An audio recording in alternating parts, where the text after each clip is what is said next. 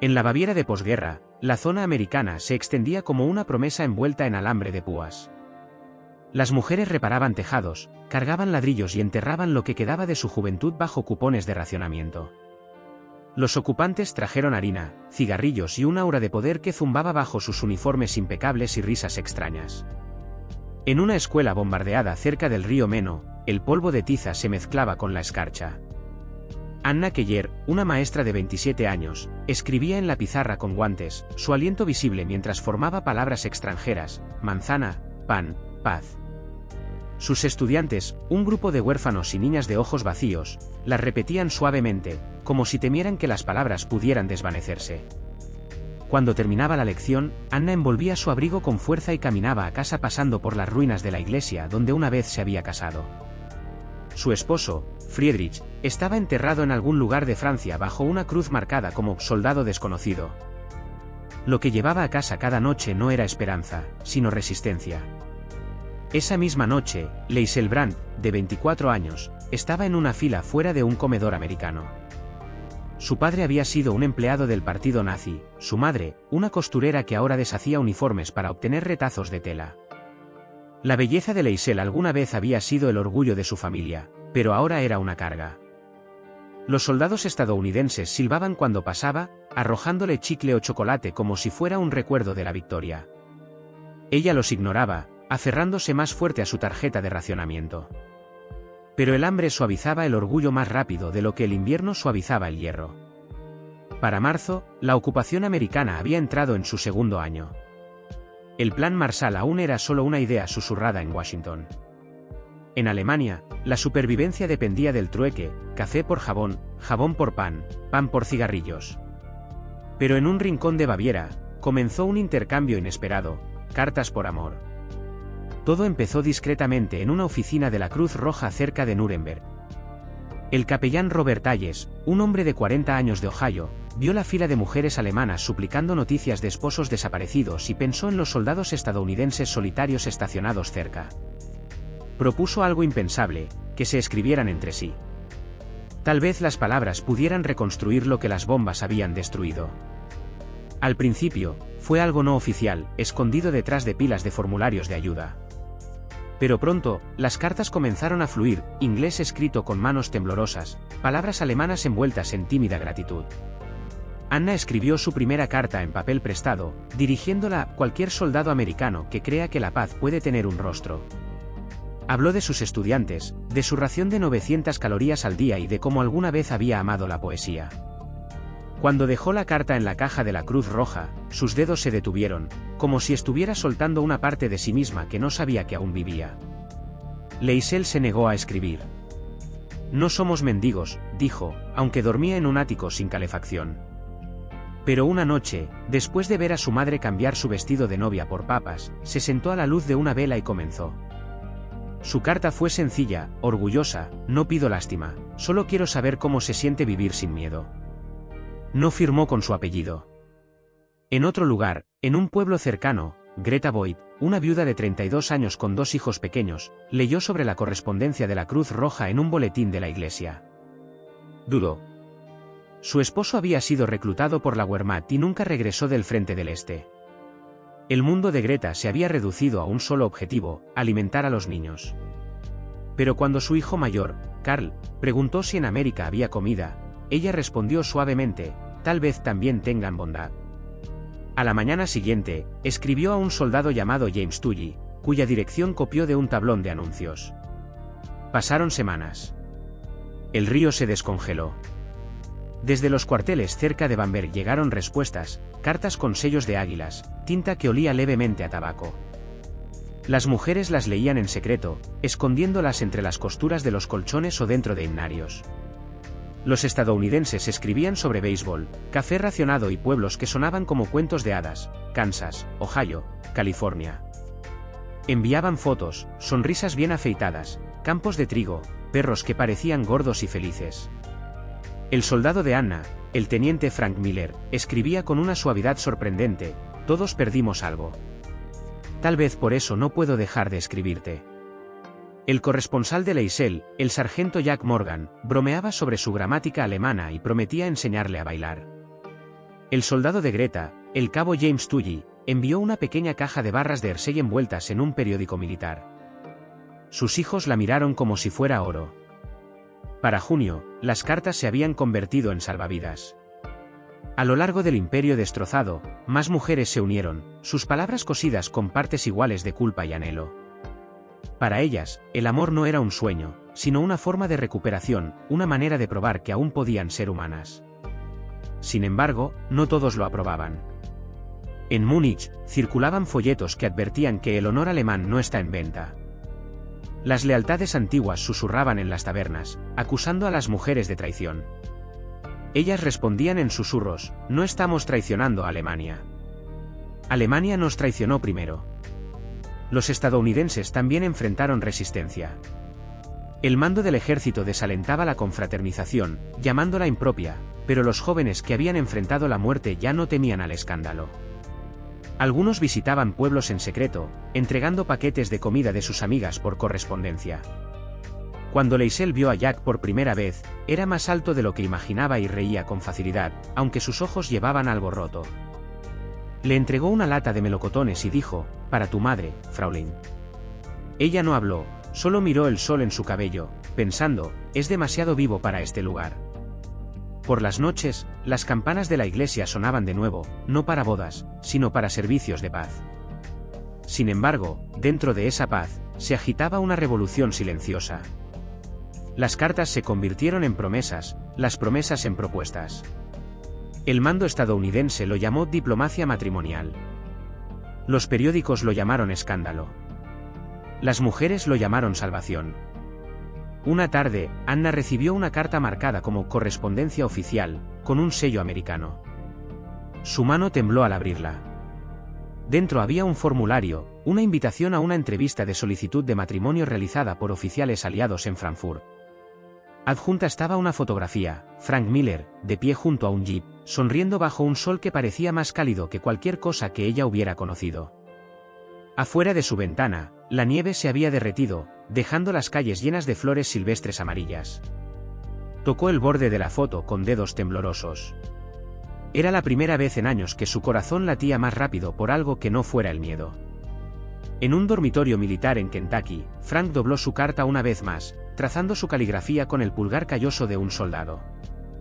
Ninguno de los dos sabía que sus cartas, nacidas del hambre y las ruinas, pronto los llevarían a una de las uniones más extrañas de la historia. El tren de Würzburg a Frankfurt traqueteaba como un latido del corazón a través del campo descongelado, llevando a 17 mujeres cuyas vidas ya habían terminado una vez y ahora, tal vez, estaban a punto de comenzar de nuevo. El vapor se elevaba en el aire frío de la mañana, mezclándose con el leve olor a carbón y perfume, una mezcla improvisada de supervivencia y esperanza. Llevaban vestidos de segunda mano cosidos con tela de cortinas, sus zapatos remendados con alambre e hilo. En sus manos, cada mujer sostenía un sobresellado con un sello americano, cartas de presentación, aprobaciones de matrimonio y el tipo de promesas que solo la paz se atreve a hacer. Dentro del vagón, las risas surgían, sintiéndose como olas rompiendo sobre ruinas. Una mujer había dibujado lápiz labial de un tubo aplastado, coloreando sus labios con un orgullo tembloroso. Otra escondía un rosario bajo su cuello, susurrando que Dios la perdonaría por casarse con el enemigo. Anna se sentó junto a la ventana, trazando escarcha en el vidrio mientras el paisaje pasaba: pueblos sin campanarios, campos llenos de los restos de tanques quemados, un horizonte que aún olía levemente a humo. A su lado, los dos hijos de Greta dormían, sus pequeños rostros apretados contra su regazo. Leisel, la menor de ellas, se apoyó en el marco de la ventana, mirando su reflejo como si intentara recordar qué significaba la belleza. La guerra había terminado, pero Alemania no estaba en paz consigo misma.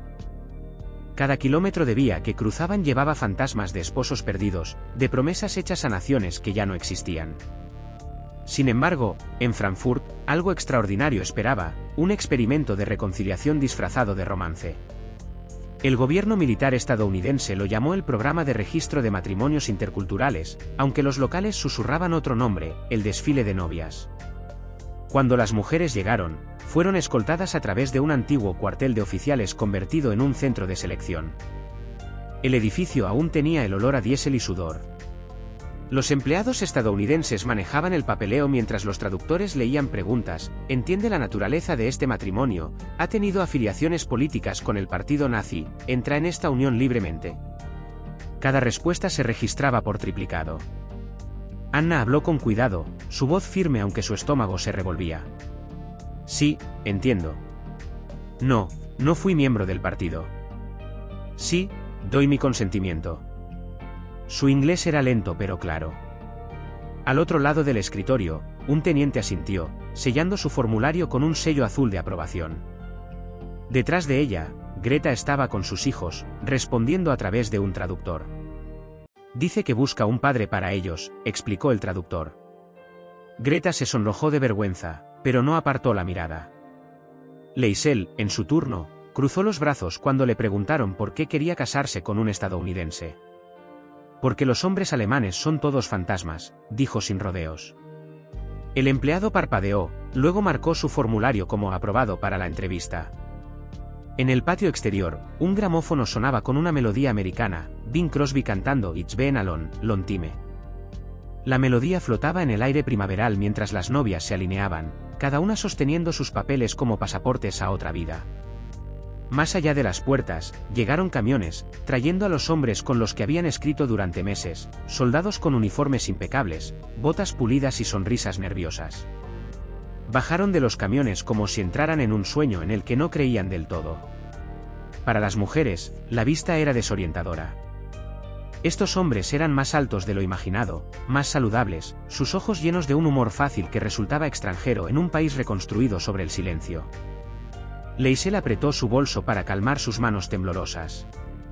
Anna contuvo el aliento cuando vio a Frank Miller acercarse, con el sombrero en la mano, la luz del sol reflejándose en sus cintas metálicas.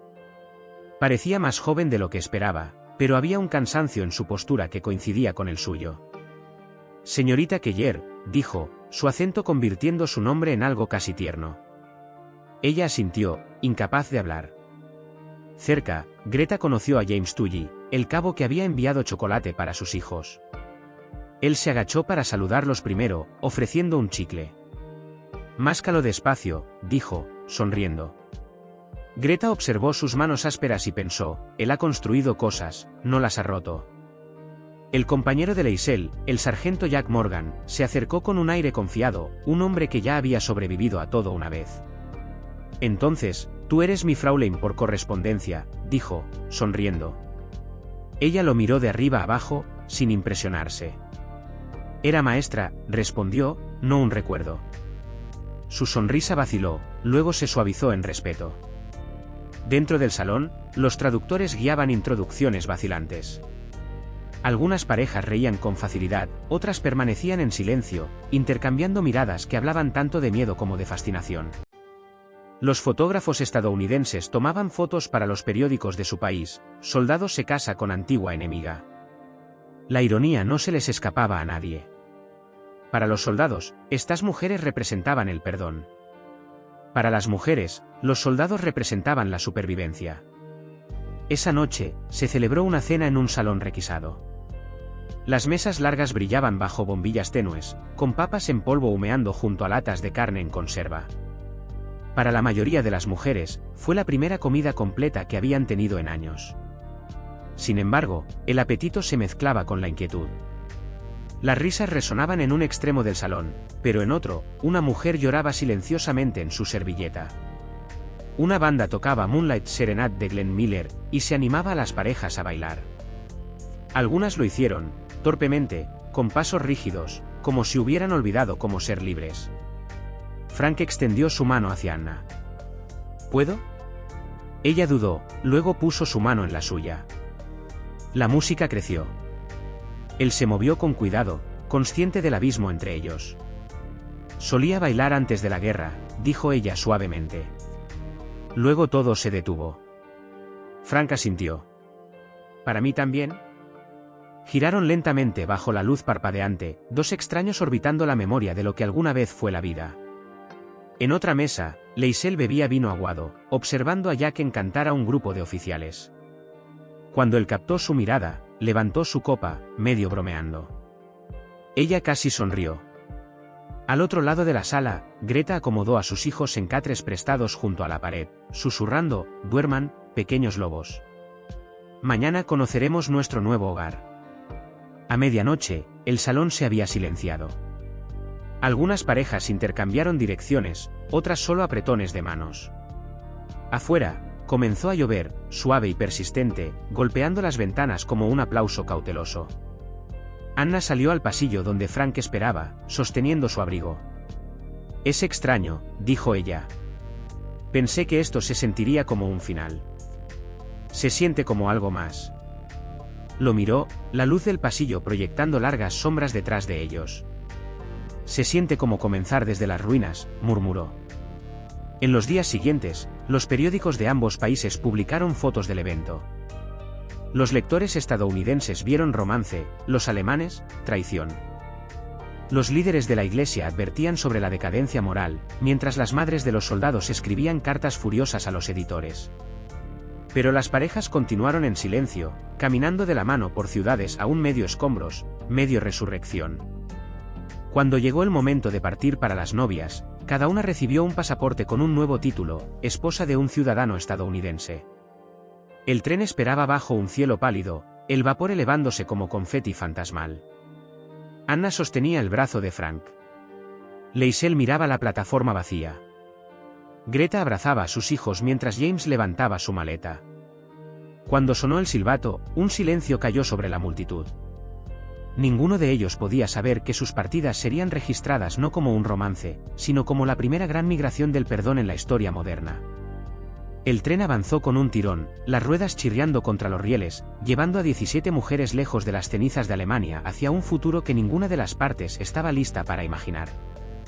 Ascendiendo a 32,000 pies, el viento del Atlántico rugía contra el casco del USS General Black, desgarrando cicatrices y cartas apretadas contra los pechos mientras las novias alemanas se inclinaban sobre la barandilla. El océano se extendía interminablemente, blanco y negro, bajo el cielo invernal, aún dividido entre la guerra y la paz. Anna agarró la barandilla hasta que sus nudillos se pusieron pálidos, viendo cómo la costa de Europa se disolvía en la niebla. Detrás de ella, Greta intentaba calmar a sus hijos, que estaban emocionados y aterrorizados por el movimiento del barco. Leisel estaba apartada, con los brazos cruzados, sus ojos en el horizonte. Ninguna hablaba. No solo dejaban un continente, sino una versión de sí mismas que la historia ya había quemado. Bajo cubierta, el aire estaba cargado de sal, aceite y el zumbido de los motores. Las novias dormían en literas estrechas, cada una aferrando el sobre que la convertía en pasajera legal, una visa de novia, sección 13 de la Ley de Inmigración de Estados Unidos. El zumbido del barco se convirtió en una nana, un recordatorio constante de que estaban siendo llevadas por maquinaria estadounidense. Arriba, los oficiales estadounidenses fumaban y reían mientras los marineros contaban historias sobre chicas esperando en Kansas u Ohio. Aquí abajo, las mujeres alemanas susurraban sobre cupones de racionamiento, refugios antiaéreos y el sabor del café de achicoria. Para ellas, el amor siempre había comenzado en el silencio. La sexta noche, Anna no podía dormir. Subió las escaleras metálicas a la cubierta, donde Frank estaba en uniforme, con el cuello levantado contra el frío. El mar rociaba plata sobre su abrigo. ¿Aún despierta?, preguntó, su voz suave bajo el viento. Ella asintió. No parece real, dijo. Dejar un mundo y entrar en otro. Él sonrió débilmente. Eso es lo que se suponía que haría la guerra, terminar un mundo, comenzar otro. Su tono no llevaba orgullo ni arrepentimiento, solo cansancio. Por un momento, estuvieron juntos, dos sobrevivientes a la deriva entre continentes, inseguros de qué dirección significaba hogar. Cuando la Estatua de la Libertad se alzó en la niebla, el barco estalló en suspiros y sollozos. Los niños vitoreaban. Las mujeres apretaban sus rostros contra las barandillas, llorando abiertamente. Incluso los labios de Leisel se separaron en incredulidad. El horizonte de Nueva York brillaba, torres de cristal capturando la luz del sol como promesas. En el muelle, las familias americanas agitaban banderas, los flashes de las cámaras cortando la niebla. Fue una llegada cinematográfica orquestada por la historia misma. Sin embargo, bajo el espectáculo había una verdad más silenciosa, seguían siendo extrañas en el sueño de alguien más. En Ellis Island, los oficiales de inmigración las procesaron con eficiencia brusca. Los nombres se pronunciaban mal, los papeles se sellaban, las preguntas se repetían: ocupación, esposa, religión, protestante o católica. ¿Algún familiar en los Estados Unidos? Solo él. La palabra él llevaba tanto miedo como esperanza. A los hijos de Greta les dieron pequeñas banderas americanas y dulces por una trabajadora de la Cruz Roja que sonreía amablemente pero mantenía la distancia. Leisel escuchó a una mujer susurrar: todas son alemanas, como si eso lo explicara todo. Frank tomó a Anna de la mano cuando salieron a la luz del sol. Bienvenida a América, dijo. Las palabras eran cálidas, pero el aire se sentía extranjero, el olor a gasolina, cacahuetes tostados y cuero nuevo llenando sus pulmones. Ella había imaginado América en colores más suaves, no en el resplandor de los anuncios y los pasos apresurados. Subieron a un tren rumbo al oeste, hacia el pueblo de Frank en Kentucky. Por la ventana, ella veía pasar campos interminables, salpicados de graneros y ganado pastando. Es hermoso, susurró. Es ordinario, respondió Frank. Luego, tras una pausa, eso es lo que extrañé. Para Greta, la transición fue más suave pero más solitaria. La familia de James en Missouri la recibió cortésmente, pero detrás de cada sonrisa había curiosidad, del tipo reservado para exhibiciones de museo. En la iglesia, el pastor elogiaba la caridad cristiana mientras evitaba la palabra Alemania. Greta pasó sus primeras semanas memorizando artículos de supermercado y tazas medidoras, atónita por la abundancia: mantequilla, azúcar, harina, cada uno más precioso que el oro en su memoria. Sin embargo, cuando llegaba la noche y James dormía, ella se sentaba junto a la ventana y miraba las estrellas, susurrando al fantasma de su viejo mundo. Leisel llegó a Chicago con Jack, entrando en un pequeño apartamento encima de un comedor. El ruido de la ciudad la abrumaba, tranvías chirriando, jazz escapándose por cada ventana. Jack le enseñó a freír huevos, dar propinas a las camareras y sonreír cuando la gente la miraba. No quieren hacer daño, dijo una vez cuando ella sorprendió a una mujer mirando fijamente su acento. Solo no saben por lo que has pasado. Leisel sonrió tensa. Tú tampoco, dijo. Esa noche, él la encontró sentada en la oscuridad, traduciendo una de sus viejas cartas del alemán al inglés. Para aprender a hablar como alguien que no tiene miedo, explicó.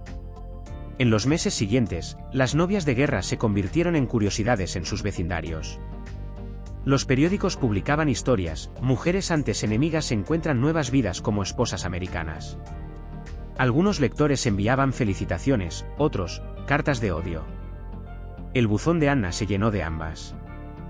Una carta decía: nuestros chicos murieron luchando contra los de su clase. Ahora ella vive al lado. No se la mostró a Frank, pero él la encontró de todos modos, escondida bajo un libro de cocina. La rompió y la arrojó al fuego. Aprenderán, murmuró. Ella vio cómo las cenizas se enrollaban y pensó en su aula en Burburg, en el polvo de tiza y las ventanas destruidas. O no lo harán, dijo. También hubo pequeñas misericordias. Las novias formaron círculos silenciosos, reuniones de café en cocinas, cartas intercambiadas entre estados. Compartían recetas, practicaban inglés y enseñaban a sus hijos nanas del viejo país. Lentamente, la sospecha dio paso a la curiosidad. Los vecinos comenzaron a pedir recetas de strudel. Las iglesias organizaban domingos de amistad. Los niños crecían bilingües, su risa un tratado de paz viviente. Aún así, no todas las heridas sanaron. Greta una vez escuchó al padre de James murmurar: nunca pensé que vería el día en que una mujer alemana criara a mis nietos. Ella sonrió cortésmente en el desayuno, pero sus manos temblaban al verter la leche. El esposo de Anna a veces despertaba gritando por pesadillas de Normandía. Ella lo abrazaba hasta el amanecer, susurrando: volviste a casa. Volviste a casa. Leisel libraba sus batallas en silencio, corrigiendo cada insulto con un inglés impecable hasta que nadie pudiera confundirla con una forastera. Para 1949, sus historias se habían extendido por América. El Congreso reportó que más de 70,000 novias de guerra llegaron de Europa, 14,000 solo de Alemania. Algunas se asentaron en la satisfacción, otras se divorciaron silenciosamente, desapareciendo en el anonimato. Pero la idea del amor trascendiendo la guerra echó raíces, reconfigurando la diplomacia de posguerra más profundamente de lo que los discursos jamás pudieron. Una noche, mientras la luz del verano se desvanecía sobre las colinas de Kentucky, Anna caminó descalza por el jardín de Frank. Las luciérnagas flotaban entre las filas de maíz, brillando como pequeñas almas perdonadoras. Frank se unió a ella, sus manos aún callosas por el trabajo en la granja. ¿Alguna vez lo extrañas?, preguntó. Ella miró las estrellas, recordando el humo sobre Burr. No, dijo. Pero lo recuerdo todo. Dentro de la casa, la radio transmitía un programa sobre un nuevo conflicto gestándose en Corea. La voz del comentarista llevaba la misma urgencia que había escuchado años atrás. Anna la apagó, reacia a dejar que otra guerra le robara su tranquilidad. Se quedó junto a la ventana mientras las luciérnagas parpadeaban contra el vidrio. El reflejo que la miraba no era una refugiada ni una enemiga, sino algo más simple, una mujer que había cruzado un océano de memoria y, por fin, había encontrado una orilla. Sin embargo, incluso en la paz, la historia esperaba.